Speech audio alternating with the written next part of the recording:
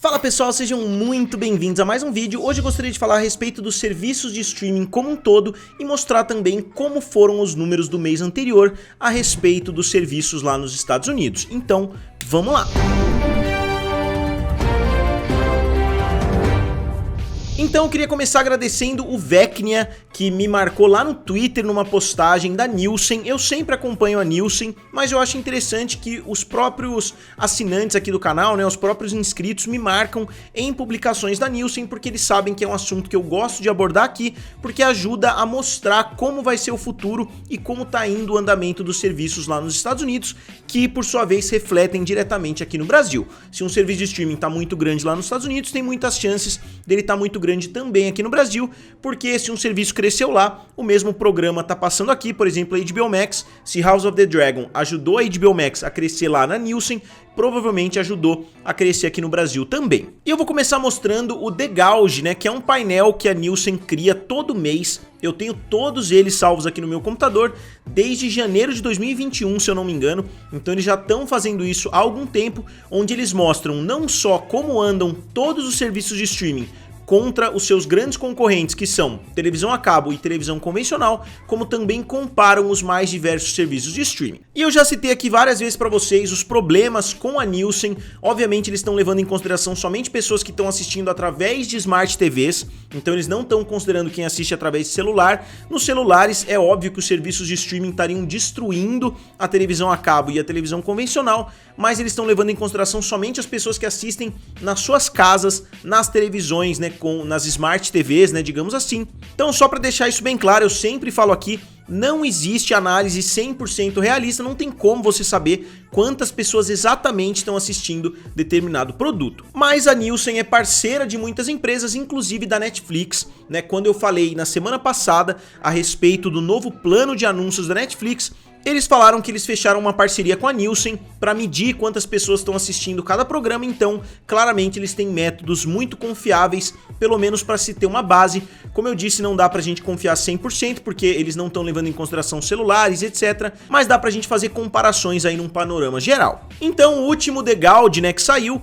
foi de setembro de 2022, então a gente pode ver que o streaming hoje representa 36,9%, que é um aumento, né? O streaming estava na faixa de 28 no ano passado, então aumentou bastante nesses últimos meses. Broadcast, né, que seria a televisão convencional, 24,2, e televisão a cabo bateu broadcast com 33,8. Então a gente vê que os serviços de streaming já dominam hoje. Como eu falei, a gente deveria juntar, na verdade, televisão e televisão a cabo, porque é uma mídia só, né, digamos assim, é televisão contra streaming, mas eles separam, na minha opinião, para anunciantes, porque é muito diferente você anunciar num canal de televisão aberta, num canal de televisão paga ou em um serviço de streaming. Então acho que esse Gauge, né, que a Nielsen faz, é mais focado nisso.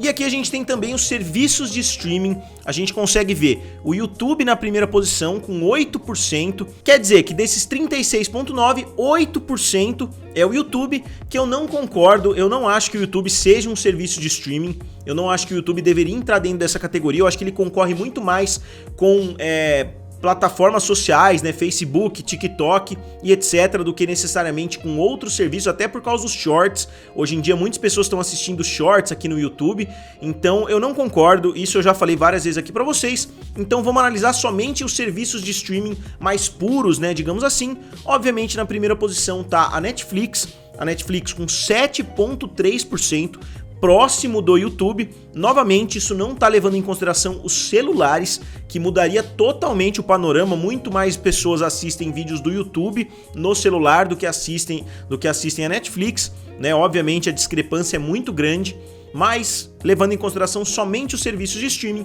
Netflix na primeira posição com 7,3%, Hulu com 3,8%, vocês têm que se lembrar, o Hulu é muito grande lá nos Estados Unidos, é muito maior do que o Disney Plus, inclusive, né? Isso as pessoas aqui no Brasil muitas vezes não levam em consideração, até porque a versão brasileira, né, que seria o Star Plus, ainda não emplacou muito aqui no Brasil, mas o Hulu lá nos Estados Unidos já emplacou muito bem. E depois disso a gente tem o Amazon Prime Video com 2,9%, lembrando que no mês de setembro a gente viu a chegada dos Anéis do Poder, né, que é a série do Senhor dos Anéis, que ajudou a trazer também mais pessoas, né, para o serviço de streaming do Amazon Prime Video. E depois, com 1,9%, a gente tem Disney Plus, né, que teve o lançamento de Mulher Hulk, teve alguns outros pequenos lançamentos, mas também é um resultado satisfatório, digamos assim, considerando o volume de assinantes. O Disney Plus não ficou tão atrás assim de outras plataformas e ficou inclusive à frente da HBO Max, né, que ficou atrás com 1,3%. Então, mesmo num mês de lançamento da Casa do Dragão,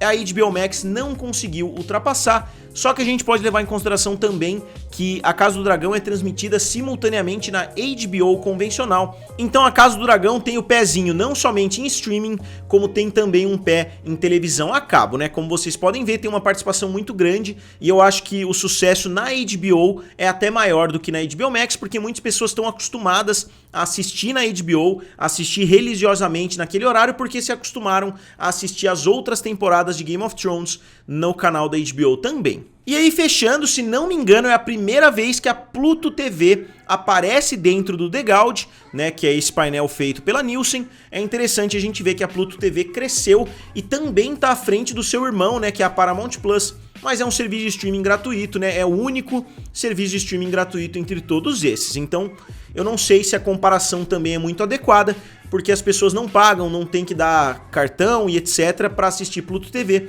enquanto todos os outros são assinantes ali que estão assistindo. E essa é a nova realidade, né? Eu acho que cada vez mais a gente vai ver esses números aumentando. Eu acredito que a tendência é daqui a um tempo os serviços de streaming estarem batendo mais de 50%, ou seja, mesmo se a gente juntar televisão convencional, televisão a cabo, a gente ainda vai estar atrás dos serviços de streaming que vão estar batendo de longe a metade do tempo que o público fica consumindo conteúdo. Então esse é o relatório mais detalhado que eles fazem, né? Além de lançar o The Gauge, eles lançam também sempre uma reportagem. Eu li ela toda aqui pra vocês, eles falam a respeito do início, né, dos esportes nos Estados Unidos, falam a respeito da Pluto TV, né, ó. Então tem bastante coisa, ó, falam a respeito da chegada do Senhor dos Anéis, explicam, né, um pouquinho mais a fundo tudo isso que eu citei pra vocês. E aqui a gente tem, né, o The Gauge mostrando os números que eu mostrei para vocês também, 10,7% de outros streamings. Como vocês sabem, existe uma infinidade de streamings hoje em dia, e aqui, né, é interessante para a gente ver o aumento dos serviços de streaming. A gente vê aqui streaming em azul, né, ó, 27% em setembro de 2021 para 36,9%. Então, ó, o melhor mês tinha sido 35, que foi o mês de agosto. A gente viu um crescimento de 1,9 entre agosto e setembro. É algo sensacional, né? A gente vê em um mercado tão competitivo um crescimento de quase 2% entre um mês e outro. Parece pouca coisa, mas se a gente vai acumulando um crescimento de 1, 2% mês a mês, a gente vê uma diferença dessa no decorrer do último ano, uma diferença de praticamente 10%, que é uma mudança bem radical, né, na forma com que as pessoas consomem conteúdo. E eu diria que lá nos Estados Unidos é a mesma coisa que ao redor do mundo todo. Aqui no Brasil eu acredito que o panorama seria bem parecido, né, ó. Com isso que a gente tá vendo, a gente vê uma queda na televisão a cabo, ó, de 37,6 para 33, e aqui no broadcast 26,3 a 24,2. E aqui, Streaming Trended, a gente consegue ver os maiores serviços de streaming. Aqui a Netflix, aqui a Netflix, né, 6.5, 6.8, chegou a 8, né, eu acredito que foi no mês de lançamento de Stranger Things, né, que foi em julho, e agora caiu de novo para 7.3. O YouTube, como eu falei, eu não vou nem considerar. O Hulu cresceu de 3.2 para 3.8. A Amazon, né, na fase de 2.3, 2.4, 2.9, 3.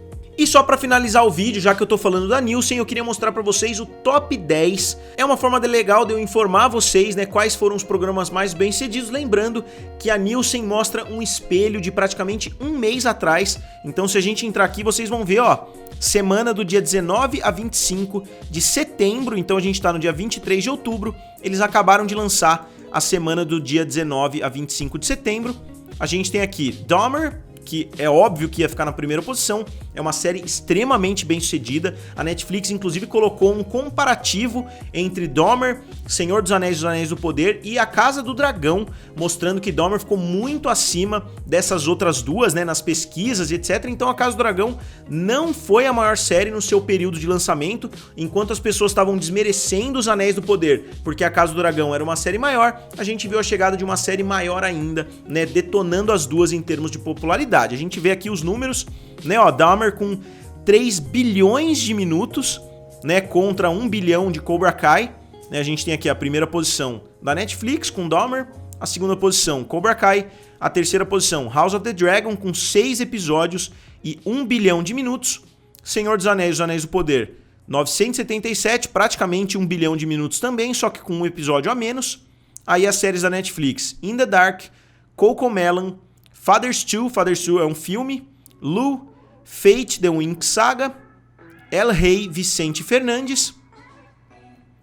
E aqui a gente tem os conteúdos originais, né, mais ou menos a mesma lista, só que aqui a gente tem o Disney Plus com Andor, com somente 3 episódios, chegou a 624 milhões de minutos, então foi um resultado satisfatório. A série The Crown, que por causa do trágico falecimento aí da rainha, voltou, né, a ser muito popular. Aí a série Handmaid's Tale, né, o Conto de Aia no Hulu, na 8ª posição.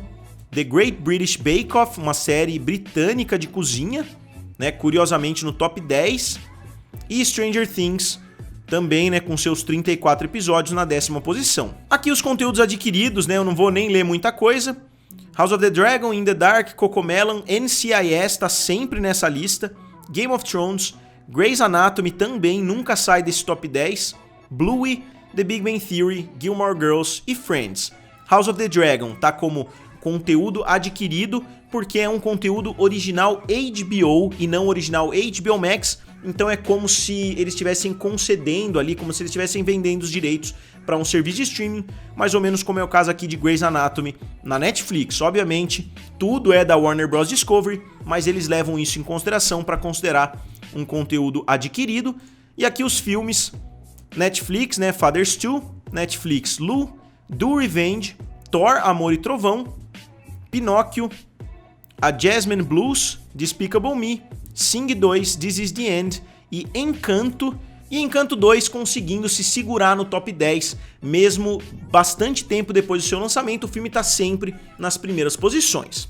Então, pessoal, é isso que eu queria trazer para vocês hoje. O mundo dos streamings está dominando cada vez mais os hábitos do público, cada vez mais as pessoas estão dependendo de serviços de streaming para adquirir um conteúdo novo. Antigamente, se saía alguma nova série, se eu fosse recomendar para você, vocês deveriam assistir a série The Bear, você me perguntaria em qual canal passa. Hoje você me pergunta em qual serviço de streaming eu encontro essa série. Então a gente vê que os hábitos do público já mudaram completamente. Eu acho que a tendência é que isso aumente cada vez mais. Eu acho que em breve os serviços de streaming vão estar dominando completamente. Vai ser até irrelevante a gente fazer uma análise como essa, comparando com televisão convencional e com televisão a cabo, porque é inegável que os streamings são o futuro. Então, como sempre, eu gostaria de saber de vocês o que vocês acharam do vídeo de hoje, o que vocês acham desse resultado, né, do serviço de streaming que eu vou colocar aqui do lado para vocês darem uma olhada. E como sempre, digam aqui nos comentários, curtam o vídeo e se inscrevam no canal. Valeu e nos vemos em breve.